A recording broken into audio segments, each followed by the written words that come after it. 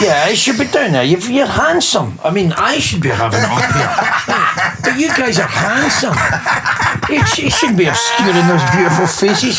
You're want right. the ladies to tune in. You're right. Now they see me, that's them. Oh, fucking instant lesbian.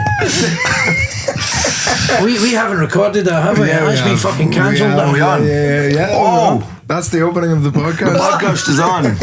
And you're already talking about flicking beans. I love a ton of beans. I'm a protein freak. Yeah. So we'll introduce the guests, because we often forget to introduce the guests. We have the great Raymond Mearns, one of the finest comedians working in the UK, a great man and a lover of beans. And available at this time in the morning. Clearly, nobody's up yet in the Fringe. You were saying earlier, you get up at 4 every day. Nah, you know, it's an old guy thing, isn't it? It's pensioners. That's what pensioners do. They go to bed at 7 o'clock at night and go up at 4 in the morning. And they go out and work the land and search for unexploded bombs. You know. And conscious, maybe just bring the microphone a wee touch closer to your face. Right, obscuring your coupon. Yes. Right. I mean, you have got the better microphones. That's the microphone in Rambo, First Blood Part 2, where he grabs it, you know, when the Russians have caught him. Yeah. And there's a great shot, you see his hand gripping the stem, and he goes, "Murdoch, I'm coming to get you." And Charles Napier, great face acting, he goes, "Shut yourself." Great, man. Yeah. Lad, I was watching, there's a documentary on Stallone on Netflix at the minute called Sly. Have you seen it? The man is a life coach. Yeah. The man, everybody should watch it. Yeah. I mean, here's a man who, he doesn't strike me as being too bright. I mean, he's no. It's no high IQ plateau, right? But he's. I mean, he's just one of these guys. It goes and does things. I mean, he's even a great talker. If you know, to be an actor, you have to project your voice and have a wonderful big actory voice. I mean, Sylvester Stallone doesn't have that. Right? So against all the odds, he became the greatest movie star in the world. Yeah. He's amazing. And that whole thing, the whole Rocky series of Rocky films is really, you know, it's his life. Telling his life. He just won't lie down. He just will not lie down. He gets up and he gets on me, and he doesn't feel sorry for himself. He accepts everything that's put in front of him, and he just moves it out of the way, and he keeps on going and keeps on going. I think he should be president of the United States. Sylvester Stallone. Yeah, he'd probably be a nightmare though. He'd probably go, right, come on, we're going to do the Russians and We'd all get a bit much. Him and Chuck Norris as the Secretary of State. Putin's even Drago and all. He's just like, "You killed my mate." What? I was in a film you wrote. You killed my friend. I'm coming to get you. But half his face is fucking paralysed. He's, you know what I mean? But always was. He was always like... Yeah, he was delivered when his mother had him. It was a forceps delivery apparently, and he stuck the clamp in and pulled him out, and it killed the veins or something inside his face. Wow. So it was during his birth. Amazing stuff. Now, and his old father was a nasty character now, wasn't he? I don't know. Does it mention that in the documentary? Oh yeah, because he was trying to. Sly wanted to play polo with his father. Had him playing this game. Do you know the game? You're on the horse and you have an old stick and you polo, and you bait the Who's watching this? Well, but sure, there's also... If you need that explained to you, you shouldn't be watching this. In fact, you probably don't know how to turn a computer on. Fair enough. A lot of these people, right, see, they'll be listening in and sure, they've never left their rooms at home. They're a lot of derelict, kind of strange people of the darkness, and we're their only... tether. You're the guide toward the light. That's right. Yeah. Come toward the light. The light of polo. That's right. Well, there's a hole in a polo. That's right. That exactly. It's all coming full circle now, right? You didn't even mean that. That's I good. did. Really, No, you didn't. Why can't Mike mean something when I say something witty? Why is it an accident? Why can't Mike say something? It's good that it's an accident. It shows you're a wonderfully instinctive improvisational comic. Okay, I'll take that then. Good. There you go. Take that then. We've talked him back down off the edge. Polo's a mad enough game, no? Well, like, how did that come about? You strike me as a man that knows the history of it polo. comes from the time. It comes from the time of like Genghis Khan and the Mongol hordes when they invaded Europe. They took over Asia, and they came into Eastern Europe and took over Russia and all that way back 1300s. And they were trained. The Mongol warriors were trained to fire bows and arrows and to use lances while standing up on the horse, on the saddle of the horse. And they were the first real, devastating cavalry units that were ever seen in the world at the time. Because they figured out how to time it for like the point of inertia at the top of a horse's gallop, so that's when you release the arrow, apparently. right. Absolute madness. Yeah, so that's kind of where it originated. And it was horsemanship. Yeah, and it was probably whacking people's heads. Yeah, that's right. Well, what you would do, when you win the battle, you would cut a head off the head man that you just beat. Ah, Jesus. And That's rude now. And wrap it in a pillow slip or something, And play beach then you would volleyball. use his head as the ball. And you'd play an old game of polo with a fella's old severed head. Aye, because the balls aren't big enough. Crucially. Right. That's mini polo. Right. Although you've been at the French for a month, yours might be massive. Oh, lad, I've got some pair of fucking melons on me now. But did you know Genghis Khan now? And we're all related to him, are we? Do you know what's the story there? I don't know my kind of genealogy from Genghis Khan. I don't know. Right. I don't know about that. You'd have a touch of the cans. You don't strike me as a can. The Ratha Khan. The Ratha Khan.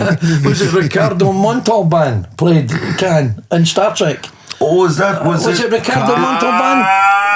Was that his name?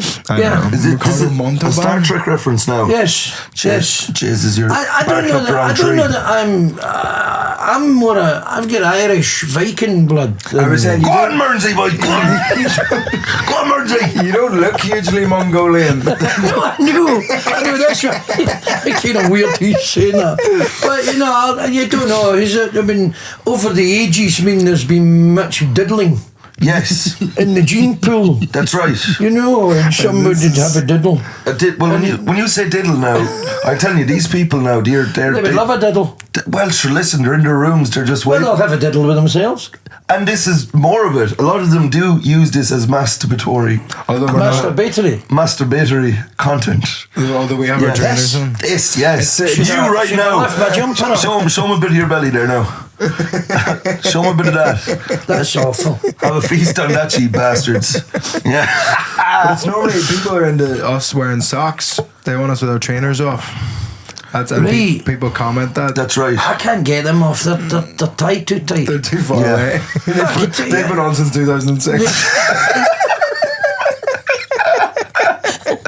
No, I've changed them since then. They've been on a while. No, since 6 this morning. Since 6 this morning. So you want? Should we take the shoes off? No, we don't have to. No. It's clean socks and I washed my feet this morning. Well, you don't wash your feet in the shower. You let it cascade You just down. hope for the best. Yes. Aye, and that's it. They're clean enough. Yeah. Right. So you washed your old feet this morning, but would you give particular attention to your feet? Like when you're in the shower now, would you go down? No, this is what we were just saying. You don't wash your feet. You wash your balls, and your armpits, and your arse, Bits and pits. and your hair. Yeah, bits and pits and also That's hair. it. Yeah.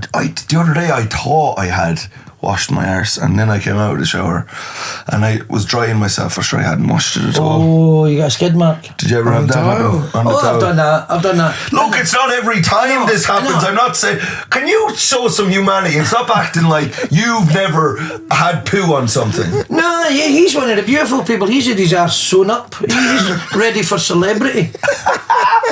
He's had his anus removed. This celebrity SWAT arse team come in and go, right, Vittorio, you've been chosen. We're going to evacuate your arse. Evacuate his arse. Evacuate. That means something different when you evacuate. Yeah, that's right. When you evacuate your bubbles, it's like an alarm inside your arse. So, although the start of the Fringe, it was still one of the highlights of my Fringe this year. I'm stood outside Monkey Barrel and Raymond walks up and goes, "Are you in here?" And I was like, "Yeah." He goes, "I'm in Grassmarket of all the ugly cunts." That's right. First day of the Fringe, that's right. Yeah, so I say. Great. You're a tendy bastards. And my wife, she was like, "Who's that? Do you know him?" I said, "He's one of the beautiful people, dude. He's one of the beautiful people." Don't look at him. Yeah. Don't look him in the eye. Is that his arsehole? You'll be smitten forever. That's right. Don't try finger him. You'll be ruined. Yeah. His arsehole's been removed. Don't even try.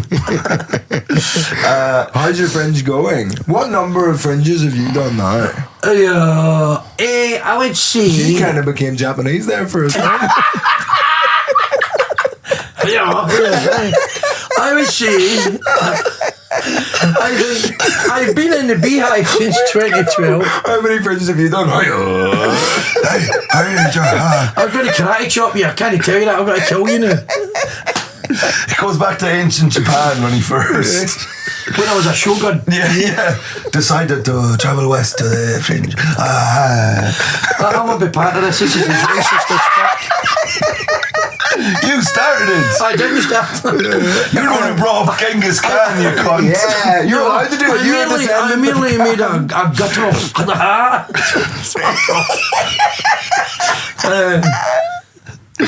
Well, we're all descendants of Genghis Khan, so we're all allowed to do whatever accent we want. I don't know about that. I can't comment on that. I'm not so sure that's true. I think it's like a third of people. A third. We're all... See, he was shagging. We're all Asian. Well, that's what you did when you won. When you overcame the empire. You evacuated your balls.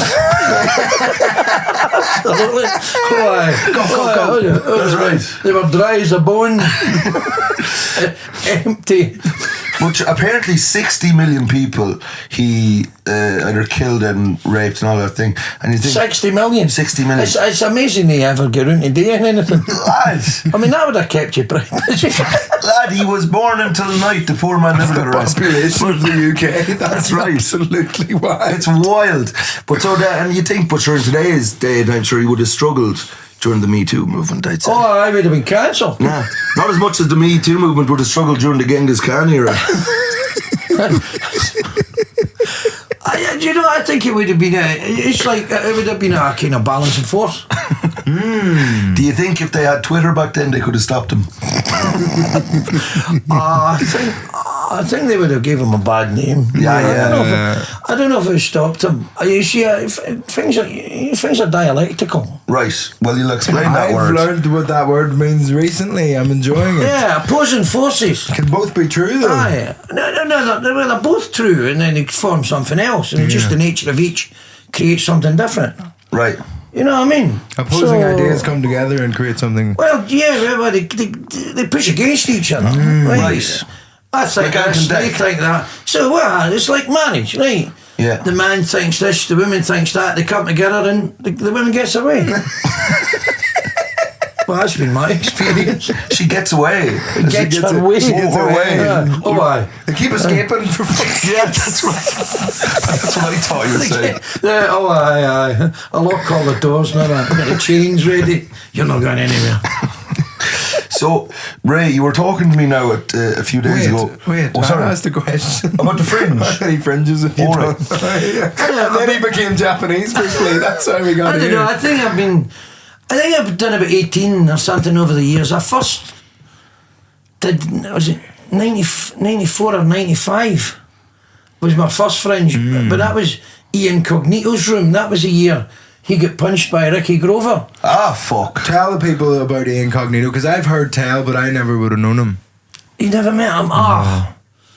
Amazing. Brilliant. He was like a comedian's comedian. He's the sort of comedian you would like to be, but you've not got the balls. Right, you know what I mean? And everybody loved him and admired him. He was complicated but a brilliant comedian. There's a story he would walk on and hammer a nail into the back wall. His Jake on a nail. It was mental. He was fucking mental. Hey. And I just loved him. I got on great with him because I'm a bit mental myself. Right? You're not well. Hey, oh, I'm very well. I'm not right. He's not right. That boy's not right. Right. So so I got on great with him. Yeah. He scared a lot of people. He would get a few pints of Guinness and he would turn and be fucking not scary way, you know. Yeah. Then he'd just get the fuck out the road because he would kick a. He never really fought. He had that Roy Keane thing where he didn't need to fight. He's just a scary done bastard. the things he would say, fucking shite yourself and bolt. He was a great guy. He died while performing on He stage. died on stage. Apparently it was an aortal valve. And when the aorta when that breaks down, it can tear away. It's kind of painless apparently, and you just that's good. You just tap out. done. Just Scares stops. me to death. I was in Cork after, I think the day after he died, and there's a club owner down there. Did you ever do that City Limits? Never done it. So I did club owner down there anyway. I love him, Brian, but he loved One of the Dean. maddest cunts alive. He's a great man. He's a great man. Yeah. He's a great man.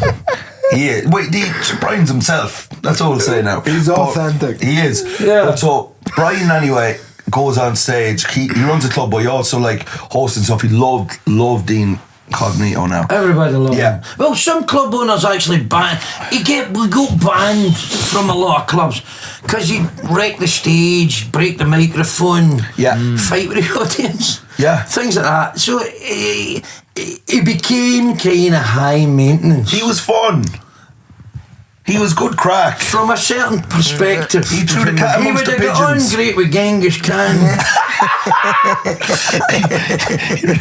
He would have fit in well with the Mongols, standing on a horse. He gave him a polo, absolutely. So He had the hammer ready to go. Oh, fucking right. He broke his own hammer.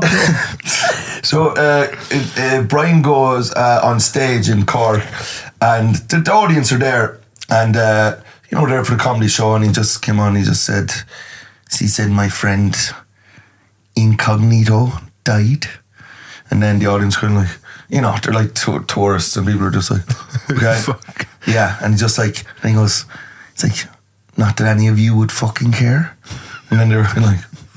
Okay. And he goes, we're going to do a moment of silence. He just stands there. Everyone, you see the crowd kind of like that. Then he had a bottle in his hand, Heineken Zero. At the end of the minute silence, he just turned around and smashed it off the wall. And then everyone's like this. He goes, Incognito would have loved that. That's right, because he would do that. No, seriously, I mean, It was brilliant. he would be on stage with him, and he'd be drinking a pint of Guinness, for instance, and he would drink the pint, and he would go like that, and he would drop the tumbler behind his off his shoulder, and he would smash you on the stage. He got fucking mental. I remember he did that in the Cliffs Pavilion down in Westcliff-on-Sea, and the guy Gary Jackets had booked it. He went fucking mental. Gary Jackets. Gary Jackets, I'm sure that was his name. I never made that up. Gary Cagoule, I don't know. Danny Duffelcoat. And Gary Jackets. Gary Jackets. That's his name. Gary Jackets. Wasn't it Tim Pants? He was a power sleeper. The circuit of the He was a 90s power was a sleeper. different place. Gary Jackets. That's his name. The guy that booked it, Gary Jackets. That was his fucking name. And this isn't an act. He did. No, that was just his, a well, I booker. don't know if it was his social security name, right? But that was his that his government name? Because he Incognito wasn't he? Incognito's name. Gary Jackets, Timmy Blouse, Rupert Pantaloons. There was a lot of the Jimmy Sandals. Walter Underpants. Walter Wyfronts. Oh fuck. Sammy Socks. Yeah. Well, how's your Fringe been going this year? Your Great. 18th Fringe. Great. The return of Mearns. Absolutely brilliant. But I am under no illusions here. In the early part of your career, and this works for you, boy, your delusion is like a suit of armour. against the tribulations of the industry. Your delusion will carry you through. You're fucking bulletproof. Now, I've been in this game, since the Mongol hordes were coming across the North European plain. You were flying the Mongol hordes as they went by. And they were standing on their horses, fucking now having a pop at me. But my delusion of the arrows were bouncing off me. Right? So, I'm here. I do this for a living. Me standing up on the stage, making an audience laugh is what I do. That's my job. It's not about me, it's about the audience, right? And I look at them all and I talk about my life, I let them out in my madness, I say things, I rip the arse out of them, I insult them, but in a lovely way. In a lovely way. Yes. It's kind of like, a velvet glove. Poof! There you go, no bruising. Thanks very much. Right? Yeah. And I'm just here to make money. Nobody's giving me an award. Right? I might be pensioner of the century, but nobody's giving me a fucking award. Nobody's reviewing me. The media are not coming out. But that doesn't bother me because I'm here to make money. I'm here to fill that fucking room and make a living. And are you flying yourself, or you got a little I do team? if I have to, but I'm amazed this year. I've only had to fly 3 days because I had sold, before I got here, over 50% of my show was sold out in advance. And then when I got here, and then it takes care of itself. I fly the first couple of days and it just seemed to fill up. Spreads. But social media is amazing. See, you are living in the right time. I mean, when I first started, we'd send out carrier pigeons to let people know. You send out a podcast clip on a carrier pigeon? Like wanted posters and all that, right? Smoke signals and stuff. So it was very difficult to put the word on the street. Trying to do a podcast in Morse code? That didn't exist. But that's how difficult it was. That's how difficult it was. And it's like, you were in bed with the pigeons. It's like Chinese whispers. You would go pass it on, and you would say, Raymond's doing a show at the Beehive, and by the time the 7th person's heard it, says, Wally, for you pressing pans has got VD. And the message is lost. Do you know there's different words for Chinese whispers around the world? In France, they call it Arab telephone. Is that a fact?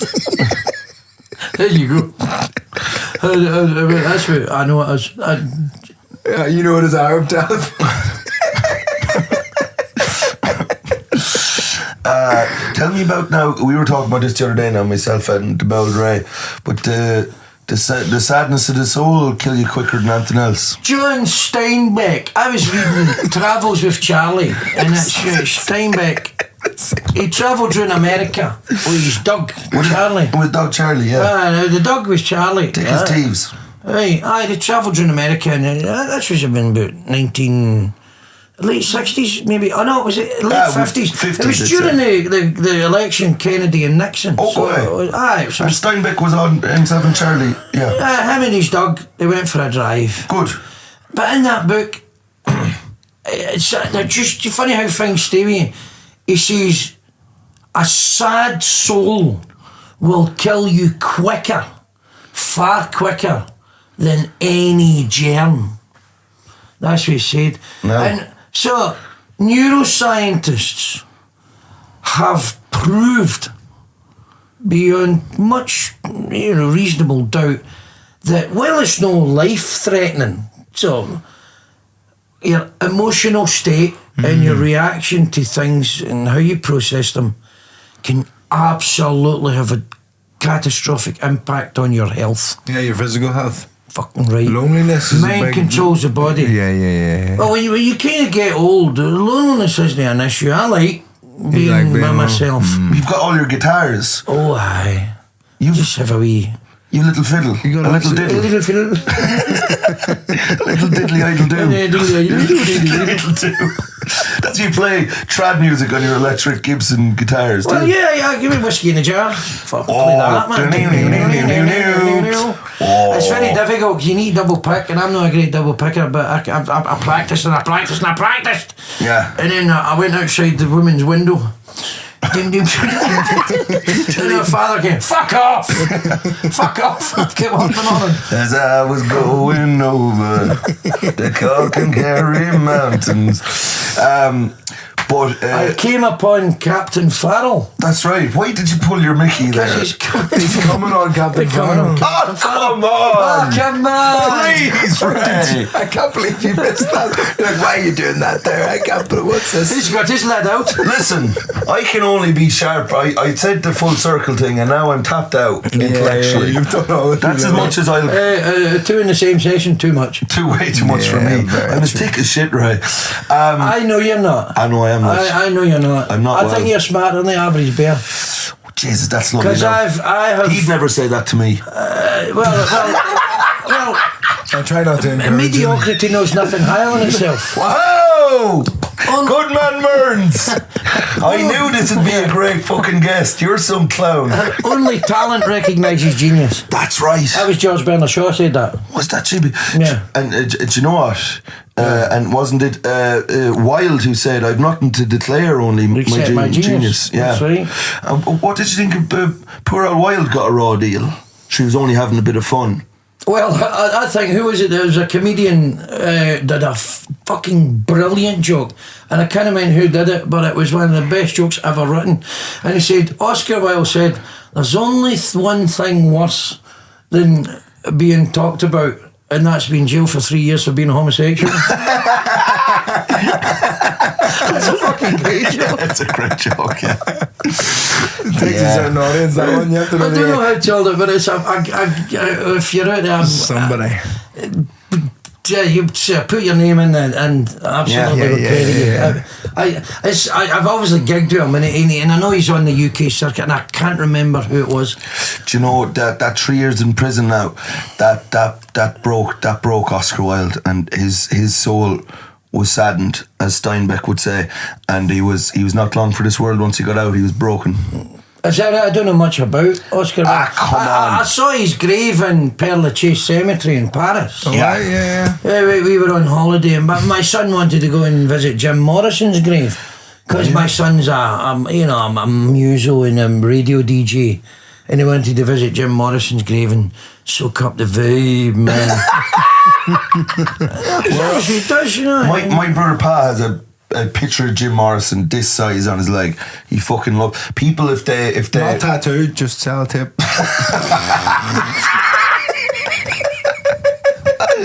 He had a picture frame nailed to his thigh, and he's put it in. But like, so there are people who are real disciples of Morrison that really think he knew the answers, and he was the kind of he had cracked the code. Is he the Doors? Yes, the Doors. I don't know anything. Break on through to the other side.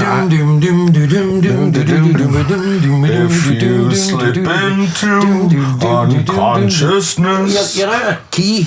would you fuck off, right? Will you? Let a man live. Let a man. Can a man not enjoy the melody of song? No, because you make the two of you sound fucking like idiots.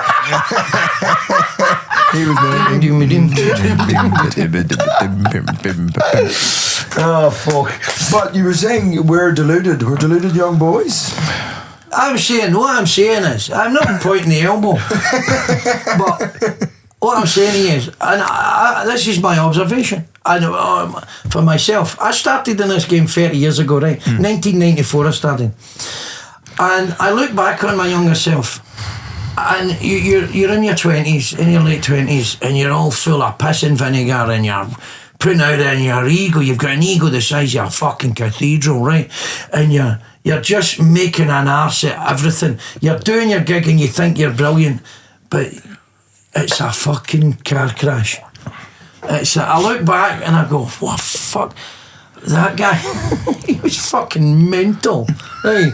But you don't see it, you're too close to it, you're just doing your thing, you're propelling yourself by the power of ego and need and fucking want. Yeah, totally. You're desire, just lust. You don't get you don't give a shit about anything. It's just all about you. And you go in and you go into a room and you do the gig and people are just fucking staring at you. Yeah. And they're not laughing with you. They're laughing at you, and you're thinking, I've got to be happy with that. That's right. And you're making a complete arse of yourself.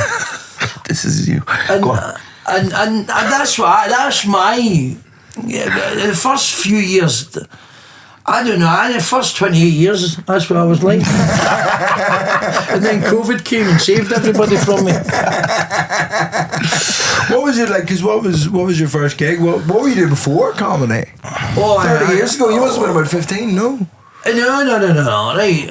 What happened was I started doing comedy. Okay, like I was about 24. I dipped in and out, right? But I started in the start of 1994. I had open heart surgery at the end of 1993. I was born with a heart defect, and I had to get it operated on, and they fixed it.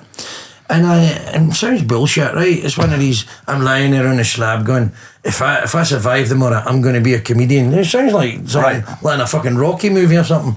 Right, and I did, and I just went for it. And I remember Ed Byrne ran the Comedy Cellar in Glasgow, because he studied at Strathclyde University. And so I'd phoned them up before the operation, and I says, can I get an open spot? And he went, no problem, I've just come down. And I didn't go because I was in the hospital having a heart operation. And I turned up about a month later and I says, sorry, I couldn't make it. I was in having open heart surgery. He says, that's the worst fucking excuse I've ever heard. And I pulled my t-shirt up and the Scaradog got infected. It was looking pure manky, by the way. And I went, there it's there. And I went, fuck me. He put me on that night. And that was me. Because the rumour of how Ed Byrne started is quite like mythological, that he was just such good crack that people would drink more when they were in the pub. So the landlord just started paying him to hang out. I can believe that. I can absolutely believe that, because you know this rumour? No. He was just hanging out and people would listen to him tell stories in Glasgow. Be good crack in Glasgow. I can totally believe that. He had exams, so he stopped going to the pub as much, and the landlord went, we're making fuck all here. So he started paying Ed Byrne to hang out at the pub. I could totally believe that, because he had just started and he was astonishing. It was unbelievable. I mean, but he is unbelievable. Yeah. He's just got that ability to talk about anything. He's erudite, he's quite well read, and he's got a fucking blarney, and he's just got that. And you used to, fuck, your heart would go, oh, amazing, you know, at what he could do. Yeah. It's just, how you doing, what you doing, just pulling shit out there. Unbelievable. And it was probably only 2 years in then or something, a year in. It was astonishing. Upsetting. I remember I saw him at Leighton Live. It was either 2019 or 2022, I think.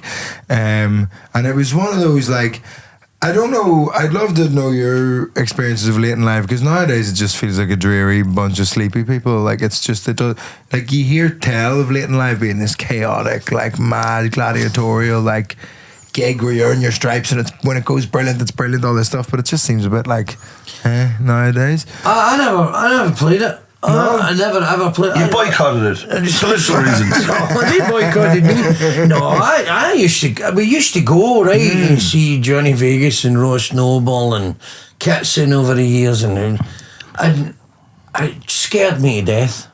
I couldn't do it. You were frightened. Shit myself. Why? Because you didn't see yourself as being up with these boys. Nah, they were miles ahead of me then. Nonsense, Mearns. And I'm too old now. For Leighton Live. You're an old broken down chunk of coal. No, I'm a great comic. I'm just too old for it now.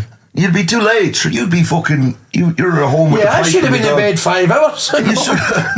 To be honest, you're probably up eating breakfast. Yeah. By the time they're all fucking out they're not, I'm just getting up. Starting by morning constitutional. But Ed Byrne was on, right? And it's a dead young crowd, and it's like stuff's just not quite landing, it's not going well, and you just see him take a wee breath. He goes, do you ever be watching porn and just think, take your shoes off, you slut? And it fucking murdered. I've never seen someone get nothing, and then one line just levels the room, and he goes, that's it, Ed, just dig into that old material, some of it'll work. That's brilliant. He's so experienced, and what you see is, what happens is, you get experience. You keep this up to your mouth now. You get experience in this business, and you can go into any situation, and you'll start and you'll be struggling, and you've not quite got it, and you're able to change gear. You know, you're able to do something different, or And all that is right. I said this in a previous podcast that you mustn't put yourself under pressure, and that's what Ed done. He just went, I'll do something different. He changed gear, he changed direction, and he like you say, he levelled them. What you do, you don't put yourself under pressure when you're on stage, because if you put yourself under pressure, your decision making breaks down. Yeah. When you start to It's panic, need behind it. and then you're fucked. And then before you know it, within a minute you're going, you're all cunts. This happened to me yesterday at my gig. Did you turn on them? Huh? Did you turn on them? A little bit. I turned them a little, but I didn't panic as much. It's not their fault, you're pish. No. Do you know what? I needed to hear that, Mearns. He got one good review. Now he's telling off the audience for being shite. I can't believe you are not picking up. I am a 4.5-star comedian. I'm a humorist and I demand a response fitting of my talent. But I didn't necessarily turn them, but I did stop a few times because I am just doing this show. So I'm not going to do another show. I'm going to be doing what I'm doing. So I'm not going to just change course completely. But I did just kind of stop and be like, lads, what's going on here now? Are you all right? Just a wee check-in. Yeah. You did a little mental health check-in with the But audience. then it turned out that they were mostly English, where usually you have a nice mix of Scottish, Irish, and English. Wait a minute, right? What do you think went wrong Yesterday? Yes. I think I might have been too hungry. What does that mean? It means I just hadn't eaten enough, and I was trying to kind of bite that. I was trying to eat them. Do you know what I mean? Did you ever get like there that? was a need to you. You haven't eaten. That's the Luis Suarez effect. Yeah. Mike Tyson. They were Holyfield. I was Tyson. I was trying to fucking bite the ears off the cunts. No, I think I went up a bit hungry, and then but it was just also I was up there and I was doing this stuff that's usually goes great and everything, and I was just getting almost nothing, and then in my head I was like, is there a cock growing out on my forehead? Is there something on? I genuinely thought, is there something on me that I'm not seeing that they're seeing? Yeah, there was just that's distracting. Do you know? So then I was confused. Do you know? Yeah. Well, maybe. But if I had a steak see, when you bake. say you were hungry, right? Were you hangry? Is that a thing? When you're hungry and a bit angry and I need something to eat. Yeah. So I remember I did a cruise ship gig once, and it was on this it was like Butlins on the sea, right? And it was called the Ocean Village, and it was my kind of people. I mean, they were rough as fuck.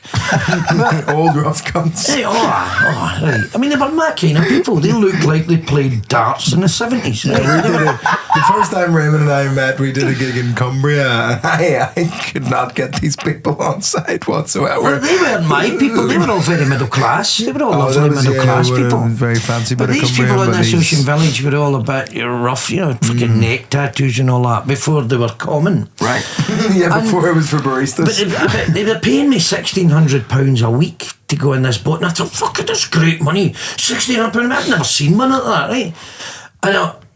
And because of that, I didn't want to fuck it up, and because I didn't want to fuck it up, I fucked it up. It's Murphy's Law. Yeah. So I went on, and I'm terrified of losing the job. Yeah. So I'm terrified, I'm tense. And what I found happened on that gig, you go on and you're doing all the same material that works everywhere in front of everybody, but you're tense, you're everything, every muscle and sinew is tightened up, and then you're a bit angry, and so you're doing the material, but you're just slightly off centre. It's a wee bit too angry, a wee bit too, and people are going, they're listening to you and they're looking at you and they're going, what's that fucking maniac's problem? You know what I mean? Yes. That's what I saw.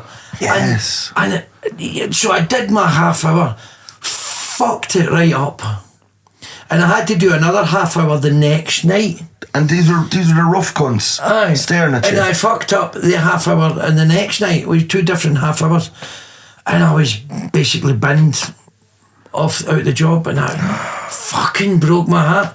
Back to doing circuit gigs for £300 a weekend, rolling about the floor with the fucking drunks. I'd made my ascension into comedy, having £1,600 a week in the Mediterranean, and I get cast out again. You tasted what it was like in the Garden of Eden. Oh, Jesus. Stop flicking the air now. Put that tongue back in your head. No way. Yes, I had a wee taste of the manna from heaven. Oh. And I was The sweet back nectar down of... Saints cock. Jesus Christ. Well, I headed out. That's terrible. No way. That's going in. That's on the clip. I'm a pensioner. This is beneath my dignity. It is not. You're a purveyor of... I'm a contented elderly gentleman. You're a pornographer, Mearns. These people are corrupting me. You're a purveyor of filth and immorality. Yes. There's a cup of poison hemlock, you cunt, for corruption of the young. Yeah. Like Socrates. What did Socrates, what did he do He now? got done for corruption of the young. Is that what they were calling pedos back then? Aye. I'm corrupting It was you. more philosophical as well as... Oh, like he corrupted the minds. So he They were ended fine up... with nonsense, the ancient Greeks. But it was if you give them bad ideas, this was the problem. I mean, he was good in the 1982 World Cup. Socrates. Aye, Socrates. Brilliant. Yeah, That was his big comeback, wasn't it? Aye, he was a doctor. You know, Socrates, 82, Brazilian midfielder. And he smoked like 60 fags a day. Go away. Socrates. What do you think about this? How this idea of how older footballers would hold up today? Do you think they would all be shite? Well, they're not as fit as they are now. Yeah. They're athletes now. Yeah. But I don't care what anybody says, right? That whole Manchester City team couldn't get the ball off fucking John Robertson, the great Nottingham Forest house there left. They couldn't get the ball off him in a fucking phone box. End of story. He was a great player. I've never heard this man's name, and you've decided he's the greatest player ever. I've never heard John of him, and I Robertson agree with him. played outside left for Nottingham Forest. That's not he was even a a wee position fat anymore. guy. Brian Clough was the manager, and he says he was a wee fat guy. Brian Clough was asked about the European Cup final in 1980 against Hamburg, and they say, how are you going to deal with Manny Kaltz, which is a German internationalist right bank that won the World Cup in 74, and says, Brian Clough says, I've got a little fat guy, but I'll turn him inside out. Inside out. John Robertson, he was a wee fat guy. He's still living. The greatest player, the best player in Europe for 3 seasons, right? Played outside left for Nottingham Forest. He couldn't run 20 feet. He couldn't outrun my mother, and she's been dead for a couple of years. Right? He couldn't tackle a fish supper. He was overweight, but nobody could get a ball off him. And 2 feet. Left foot, right foot, genius. He could put the ball right into the box. Boom! They won the league in 1978 in Nottingham Forest, and they won the European Cup in 1979 and 1980 with John Robertson in the team. Then by about 81, 82, people learned how to play against him. They were going fucking renty, so they put 2 defenders on him. A bag of chips. Right. Yeah, like they were the side of the pack going, oh, a fish supper, man. Robertson gone halfway up the stand. Yeah, so this is the thing. You watch football. I watch football over the years, right? And there's Messi does what Messi does, and it's phenomenal. But Jimmy Johnson was doing that for Celtic in the 60s. What Messi was doing. Yeah. Jimmy Johnson and Bobby Lennox. And they didn't get the same praise. Why? Racism. They won the European Cup in 1967. First British team to win the European Cup. Who was that? The Bell Jock Stein. Jock Stein. Yes, Stein. Aye. Jock Stein. Jock Stein. A Jewish fella. I believe so. a young headstrong Jew named Jock Stein. I really never heard that, but I believe so. But Do you think football's over? Do you think it's fucked? Some people think football. I'll tell you Bielsa something. thinks football's on its way out. Who says that? Bielsa, Marcelo Bielsa. Who the fuck is One of Bielsa? the greatest managers of the modern I would times. tend to agree to a point, but there's too much money in it. Yeah. And I think it'll just evolve. I think the problem is, though, you can't see these big games now on council telly.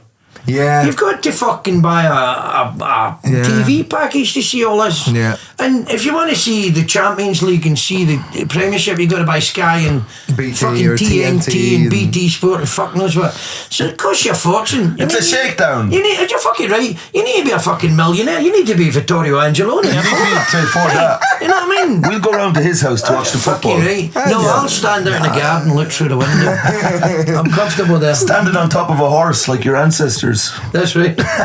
Me and Genghis. You and Genghis. The old Genghis. You used to like me as a dodgy box fella. You just get all the channels off some fella who gives Not you at all. No? Not at all. Are you a tax-paying ethical man? I would try and do the right thing. But no, because, right, I'm one of these people, if I've done something that shows... I'm born a Catholic, so you've got a guilty conscience. Yes, I was born with the stain of original sin. So, Rattenbug, up down in the valley, oh. Good man, Mearns. So it's the guilt or something. It's like if I've done something wrong, you can see it in my face. Aye. Because this is Mike's trying to encourage you. There's nothing concealed in here. No, there's nothing to conceal. No. If a wicked little thought comes in here, it crawls across your little face. Like that. Oh, you'll see There's it. an open book and all the pages are blank. It'll show. Would you like when you were saying about Socrates though, and the original guy, and what you were saying about the corrupting of the mind or something, was it? It get done for corruption of the youth. But what was that about? Like, what do you mean? Well, he's teaching ethics, philosophy and all that. I mean, in those days, there was all city-states were all at war with each other. Right. And he was kind of preaching a philosophy that wasn't in keeping with that. But what was he saying? That was like he was preaching peace, was it? No, I don't know what he was saying exactly, but he got done. I mean, he was made to drink poison hemlock. They had to get him out of the road. He was telling the truth. He was telling the truth, basically, and the bosses don't like it. They don't like the truth. And they cancelled them because they were too woke. They never cancelled him. They done him in. The woke mind virus. That's what it was. That got Socrates. Those snowflakes. Socrates would have been on GB News He today. would have been. Absolutely. Comedy Unleashed. You know what? Sadly, he would have been the Joe Rogan of his day. Yeah. And do you watch Joe Rogan? Rogan's our Socrates, isn't he? Sometimes. Aye. What's your thoughts on Joe Rogan? Did you see that one with Terence Thingmybob? What was his name? It's Terence Howard, yeah. Aye. Stupid bastard. Did you see that? Yeah. Saw bits of it. That was the blind leading the blind now, if I ever saw it. That was fucking bizarre. Ah, yeah. Hey, that was fucking bizarre, man. But sure, I could go on there now and tell Joe that I invented the boiled egg, and he'd believe me. It wouldn't matter. I invented soup. Yeah. Do you know what I mean? And this cunt to go, yeah, man. Yeah, man. Wow, man. That's incredible, man. Yeah, man. How did you do that? Liquidizer, man. Yeah. That's right, man. You and the Mongol army. I had my jaws wired up. Yeah. Yeah, necessity breeds invention. Yeah. That's you listen to Joe Rogan? Are you a Roganite? I've only watched the one with Terence Howard. That's the only one you've watched? Because it kept coming up on my feed. Yeah. I mean, I wouldn't normally watch anything like that. Would a person of colour? No, a podcast. No, a podcast. Oh, I thought you were saying something completely different. That's okay. I don't even watch anything like that, but it kept coming up and people say, have you seen this? It's mental. It suits you. If it's mental, I'll watch it. So I watched it, and it's about 3 years long or something. They all are. Every episode is and that I watched long. it, and when it came to the end, I went, I can't believe I just. But I didn't think, fuck, this is taking a while. You know, this feels like. I watched it all the way through, and I thought, what the fuck was that? Did you watch it while doing nothing else? You just sat down and watched Joe Rogan. I had a beef Wellington in the oven. No, there was nothing else. Are you cooking? Are you a good cook? No. Well, I'm the only one that'll eat what I cook. I don't know. What would you cook now? An old greasy boot. Greasy boot. What would you like? Because, you know, there's a director, Werner Herzog. Did you ever come across this fella? I heard his name. Yeah. He's an old mad German company. Lost a bet to a fella, and he said if he lost a bet, he'd eat his boot. And there's a video of him online eating his boot. Did he eat the whole He ate the whole fucking boot. Hell. Fair play to him. Yeah. It must have been a candy boot. Not a real boot. No, it's a real boot. What's a leather boot if not just a bad cut of steak? No, it's got a rubber sole. I mean, that's gonna be a bit of It true. might be a leather soled boot. Maybe not a steel toe capped. That's where he went wrong. That'll give you heartburn. That'll give you a fucking... Here will we do our ad. What time are we on there? 49. Oh God, we're late on the ad read. No, we'll do the ad read after the first hour, sure. Yeah. Come on. This episode is brought What? This episode is brought to you by Holy Energy Drink. The Christ, a Catholic energy drink. Holy Drink. Listen, it's beautiful stuff. It comes directly from the cock of Christ. the Lord above. Yes. I've got the energy one. You've got the hydration one. Yes. Because there's nobody that needs hydrating more than you big crack-faced. What? What was that about? Your skin looks like pork scratching. What the fuck? That came out of nowhere. A completely unprovoked attack. Why would you say that to me now? Well, listen, a lot of these energy drinks, they're bad for you. They're nasty stuff. They make you all anxious and angry for some reason. He's very nice when it's just me and him. Every time there's a guest, the cruelty comes over him. Like you wouldn't believe. It's because three's a crowd. I think that's it. That's the dynamic's fucked. Yeah. Yeah. And he gets, there's a meanness crawls into him. He likes to put me down. I don't like it now. Go on, read out the fucking ad, you shill. Listen, the Holy Energy Drink, it's lovely stuff. It doesn't have taurine. It doesn't have all that nasty business you have in other energy drinks. And you get it in little sachets, and you get to pour it into these things and shake it up, so you feel a wee bit like a scientist when you're doing it. When I was making these before the podcast, I felt like I felt like Walter White, Bill Nye the Science Guy. Either or Walter White or meth cook Walter White. Heisenberg himself. But the recommendation for what you should buy is the starter set starting at £19.99. That's cheap as chips. With the code GTP5. Oh, GTP stands for Guide to Parenting. Guide to Parenting 5. You get a £5 discount. Just like for Rocky new 5. Customers. Holy contains no sugar, no taurine, only natural flavors and colouring. No Tories either. No Tories there'll be no Tories in these sachets. There'll be the remains of no. You won't find Margaret. Oh no, she was Labour, was she? What? Thatcher. Nah, I'm joking. Conservative. Yeah. Just the facts coming from over here. You won't find the ashes of Margaret Thatcher in here. That's a fact. That's no Tories. true. I can't wait to lose this sponsor as well. Yes. Despite being healthier, Holy does not compromise on taste with its fruity and flavourful selection. How are you liking that? Oh, lad. There's nothing better. I've never been more hydrated. There's nothing better. My head's like a swimming pool. 80p for 500ml portion for the tub. Conventionally, energy drinks and soft drinks usually cost more than twice as much per serving. At least.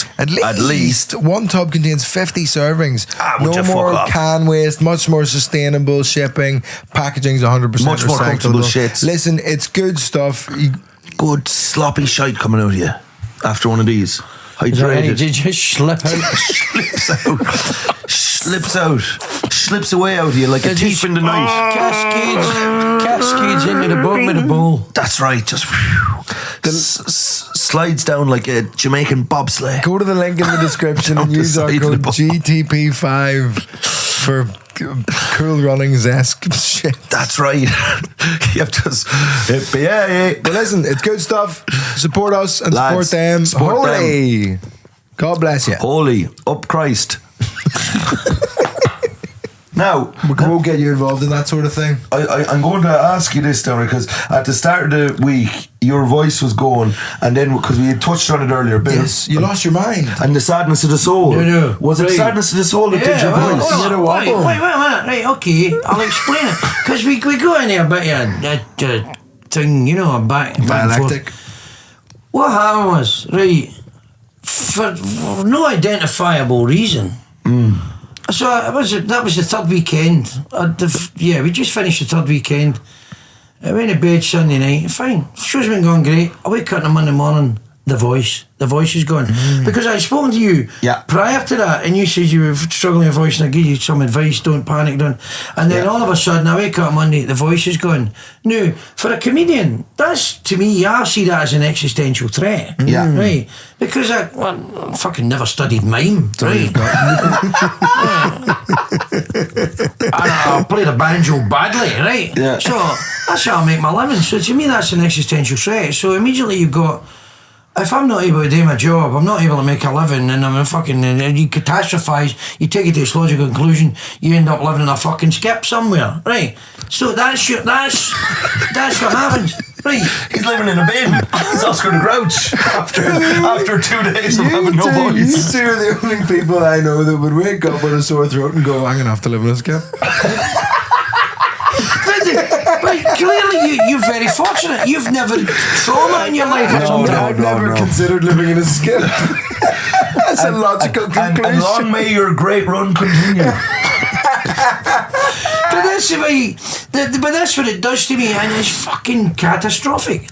So what I got to do, I've got to kind of develop ways to just try and push through it and overcome it, because I know there's nothing physically wrong. What happens is, so you get a bit of sore throat, that's fine. Maybe you abuse your voice, you're shouting, and you'll get a bit of a sore throat. But something else happens. When I've got a sore throat and I start to panic and start to stress, that it compounds the problem, right? And what happens, your neck and your shoulders all tense up. Is this the Alexander technique? Well, I've studied that. Aye, that's meant to be quite good because that's that guy Alexander. He was a Shakespearean. He was reciting Shakespearean sonnets and passages and all that, and he found that his voice was going while he was doing it, and it was stress. It was totally stress. His voice would just go, and that's what was happening to me. And so the Alexander technique helps, but what helps more than anything? Don't get stressed about it. It's inside here. Right. It's in your gut. It's in your noggin. Psychosomatic. Aye, absolutely. You seem very chilled out about it. Well, no. Finger your own head. Yeah. It's you see, I'm fucking mental. Right? We're comedians, right? Nobody with a happy childhood ever went any entertainment, right? If you'd a happy childhood, you'd be a fucking lawyer or an accountant and fucking going to the country club and being in fucking just like a normal Joe. But that's no for us, because we're mental. We're no right. We're no right. The boys aren't right. I mean, anybody watching this going, these cunts are fucked. These people are no right. And what we're doing a great service. We're doing a great service to people, because people watching this are going, oh, I'm fucked, my life's shite, and then they look at us and they go, no, clearly things could get a lot worse. That's the service. That's what we do. So it was Truman Capote who said comedians and artists, they take their pain and alchemise it into passages of great beauty. That's what we do. Comedy's just tragedy plus time. Aye. That's all that is. But you're Capote then as well. Sure, he was gay, Raymond. Well, maybe there's a wee thing, a wee pattern. The gays are more talented. What do you make of that? No, you don't believe that. Oh, well, I must be gay then. Well, listen, we'll soon find out. Well, you're clearly heterosexual. I know, Chase, I'd have a drop of gay in me now, I'd say. That's where my talent comes from. And I'm leaning towards Kyock. To say that gays are more talented, that is... Do you not believe that? No, more talented than whom? Than the rotten old troglodyte heterosexuals. No. The cavemen. No. As a troglodyte heterosexual, I resent that remark. I've got a certain amount I've got a wee kernel of talent, which I've exploited. But imagine, get that talent, and now you're sucking the talent out of 50 other men. Imagine where that gets you.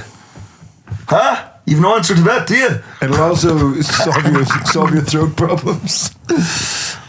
No so sure. Have I not made a good point there now? Yeah, your logic's a bit fucked up. But I think... You're basing it on a supposition which may be wrong.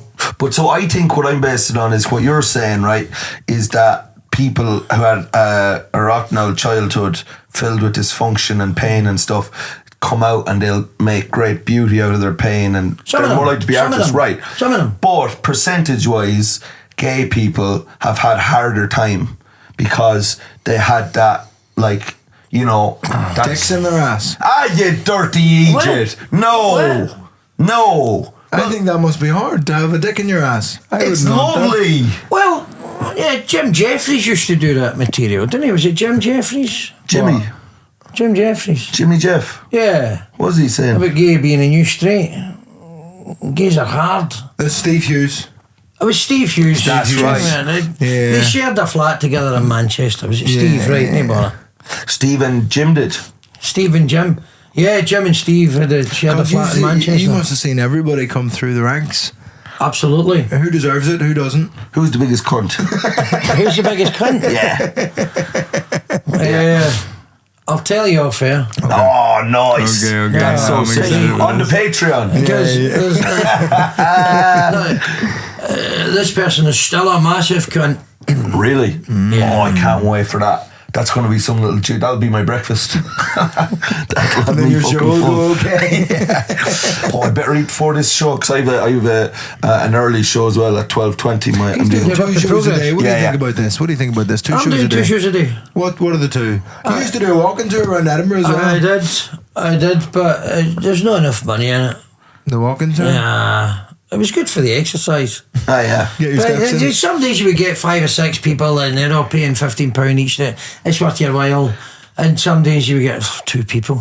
Yeah. And you're walking around for 90 minutes trying to entertain these 2 people. But you don't need the exercise now you're playing in goal for Germany.